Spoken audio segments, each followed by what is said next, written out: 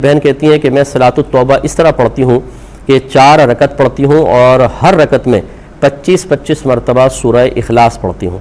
کیا یہ طریقہ صحیح ہے؟ بہن بالکل صحیح ہے، لیکن یہاں پر نیت کو دیکھیں گے کہ آپ کا قصد و ارادہ کیا ہے۔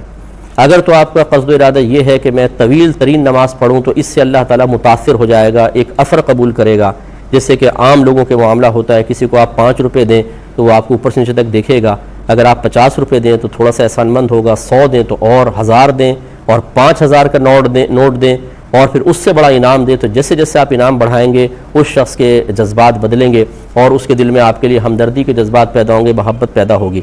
چونکہ اللہ تبارک و تعالیٰ اثرات قبول کرنے سے بالکل پاک و صاف ہے، میں 12 اس پہ کلام کر چکا ہوں، تو اگر آپ کا یہ ارادہ ہے کہ چلے میں صلاۃ التوبہ پڑھتی ہوں، 4 رکعت پڑھوں گی، 25 مرتبہ سورہ اخلاص، تو اللہ متاثر ہوگا، تو سب سے پہلے تو اپنی نیت کی اصلاح کریں، یہ آپ کی نیت بالکل فاسد ہے، اللہ تعالیٰ اثر قبول نہیں کرتا۔ اور اگر آپ کو کامل یقین ہے کہ اللہ تعالیٰ نہ میرے گناہ سے کوئی اثر قبول کرتا ہے، نہ میری نیکی اس پر اثر انداز ہوتی ہے، ویسے ہی آپ اللہ کی محبت میں ایک طویل نماز پڑھنا چاہتی ہیں، سورہ اخلاص کثرت سے پڑھنا چاہتی ہیں، بہت اچھی چیز ہے، کوئی بات نہیں،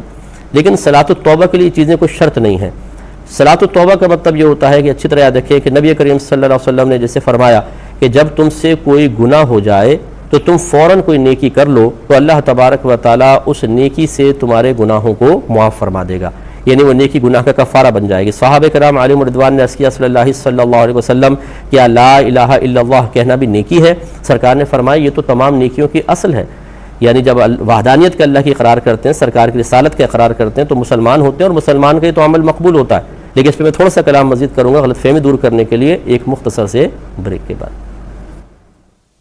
بسم اللہ الرحمن الرحیم۔ تو میں آپ کی خدمت میں ایک حدیث جو عرض کی تھی اس کی وضاحت میں چاہتا تھا کہ نبی کریم نے جو فرمایا کہ کوئی گناہ ہو جائے تو نیک عمل فوراً کر لو، تو یہ نیک عمل اس گناہ کا کفارہ بن جائے گا۔ تو اس کا مطلب یہ نہیں ہے کہ پھر ہم دلیر ہو جائیں کہ چلو جی گناہ کریں اور پھر کوئی نیکی کر لیں گے تو گناہ معاف ہو جائے گا، ایسا نہیں ہے، بلکہ اس میں یہ شرط ہے کہ پھر آدمی نادم بھی ہو، شرمندہ بھی ہو اور آئندہ گناہ نہ کرنے کا پختہ ارادہ بھی ہو، پھر وہ کوئی نیک عمل کرے گا تو اللہ تعالیٰ کرم فرمائے گا، نہ یہ کہ گناہوں پر دلیر کرنے کے لیے ایسا کہا گیا۔ لہٰذا صلاۃ التوبہ جو ہے وہ یہی ہے کہ آدمی سے گناہ ہو جائے تو پھر انسان تازہ وضو کر کے 2 رکعت نماز پڑھے تاکہ یہ نماز اس سے گناہ کا کفارہ بن جائے۔ اس کے لیے آپ کو بہت طویل ترین نماز پڑھنے کی حاجت نہیں ہے، 2 رکعت پڑھیں، ہر رکعت میں سورہ اخلاص کے بعد چاہے تو 3 مرتبہ